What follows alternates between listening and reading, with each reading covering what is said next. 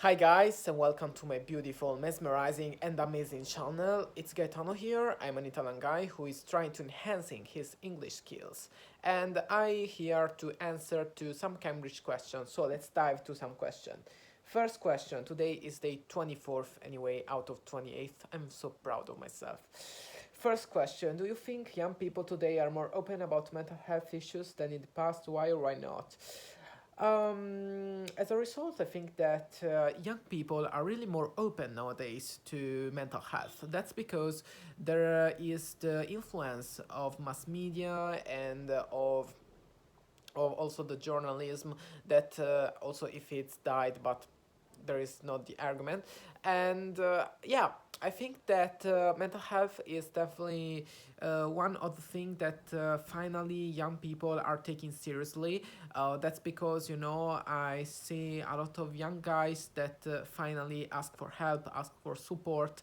That's because our generation, I don't definitely think that it's weak, but because it's not that, because when you ask to help, it's not actually weakness, it's a point on it's a strong, you mean that you are really strong. I mean, that's what does it mean, that are a strong person. That's because when you ask for help, you are admitting that you have a problem and you are asking for support, and those people will especially professionals will help you a lot to understand what about your statements, about your behavior and all those stuff. And I mean, that's crucial because you really wanna to improve your life, you really wanna to heal, you really wanted to understand yourself and others. And this is a beautiful thing. That's because then when you understand what is the point, what you have, when you ask for support, then you could also have a healthy relationship. And you could also then when you ask for support, you can people could see you for what you are, so you are really a brave person. It's a thing that when you ask for support is actually for brave people, for strong people. So young people nowadays are asking more for help when they experiment some bad experience or where they don't feel very well with themselves, with others. And that's a really amazing thing nowadays. And we could only, I think, get better and better.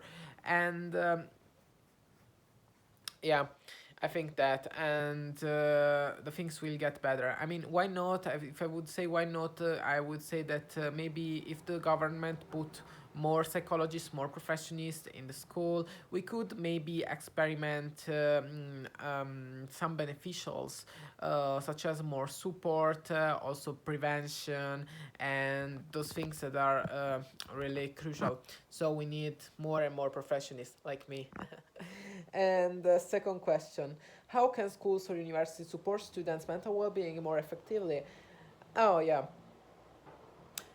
prevention, guys. One word to this, prevention. As a result, I've always thought that, as I said before, we need more support. We need more psychologists. I'm talking here because I'm from Italy, so I definitely think that there is a scarcity of professionals. Also, if you are very much, I mean, there is a scarcity to the public. I mean, to the public sanity, and that's kind of not a nice thing. That's because, I mean, not all the people could, you know, afford private private therapies. But that's also our thing. That's because, you know, public sanity put us to work, put all the doctors, also med people to work also 12 hours, 30 hours per day, and they pay us, the payment are really ridiculous. So yes, if we doctor wanna feed ourselves, we need really to work privately. Third question, in what ways has social media influenced how people perceive mental health? Oh, I think in a nice thing. I mean, social media had done a nice work. That's because now we see, I think, also the damage that social media bring to us, and so social media could unleash to, especially to young people. I mean, toxic behavior or all those stuff. Sorry, guys, if I am really so less professional to that, but that's, I mean, those are actually videos, random amatorial videos, so I don't wanna to be Freud in those videos. But yes, definitely I wanna to be keep the thing simple, keep it simple, in English, keep it all simple, and. Yes, I think that's a nice thing also because there are a lot of nice channels that give a lot of advice, say to you to ask for support if you don't feel very well. So I think that definitely social media had done a nice job. Also, if sometimes could be a little bit. Superficial, I would say a little bit, not that deep, I would say, is we are actually to the surface. So yes, maybe if you, but it's just a beginning, it's just a nice beginning. So I would say, yeah, the social media had done a nice work, nice job. uh, uh, um, how can psychological knowledge help us to improve our relationships? Oh, that's a beautiful question. Yes, because psychologists could help us a lot to build a really strong and nice relationship.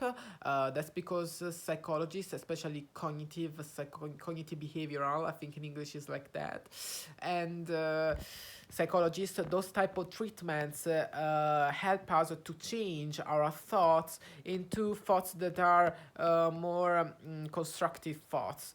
Maybe if you maybe suffer of social anxiety, and maybe you, so I think you experiment some struggles to stay with other, to relationship, to have a nice relationship with other. That's because it's all in your head. It that you have unconstructive thoughts in your head. Maybe you say, "Oh, come on, no, these people will judge me. These people will say that I'm a dumb," and all those stuff. And then you close onto yourself more and more because you have to protect yourself from those thoughts. But actually, people, the real thing that I understand that people don't care. I mean, also if you do the strangest thing in the world, people actually don't care. I mean, no one cares. People are lost in their thoughts, in their own opinion, in their own thing. I mean, and also if a person judge you and say something to you, this thing doesn't regard to you. I mean, they are not talking about you, they're talking about them. If because you are spreading to him their emotion, because you're not the problem. So I mean, yeah. So psychology could help you. I gave this example, but there are plenty on examples of how psychologists could help you. But those are really very long journey, but it's a journey that really worth it. It's 100% would enhance your quality of life. 100%, just promised. Fifth question. Do you believe self awareness is something we are born with or something we develop over time? It's definitely something we develop over time. Awareness is not a thing that we born. I think that especially. Oh shit. Uh, the bother here, especially with awareness is, as I said, is not a thing that we born, but we develop over the time. I mean, we're not aware sometimes that we have, some toxic behavior, some toxic thought in our head that doesn't help us to have a better life, but they put us in the, in the hole, in the black hole, so in the manhole. So I definitely think that over the time, if you work on yourself, you could understand what are the patterns of your toxic behavior. But it's definitely better that you're followed by a professionist, like a psychologist, or yes, or psychotherapy is always really nice method that could help you.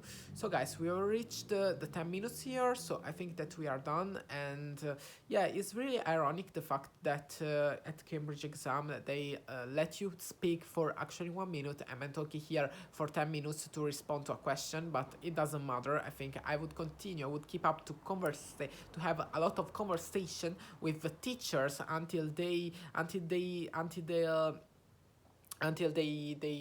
ear will bleed. Yes, that was a little bit macabre. So guys, we see you in another video. I love you guys. Bye bye. See you on the next beautiful video. Bye bye.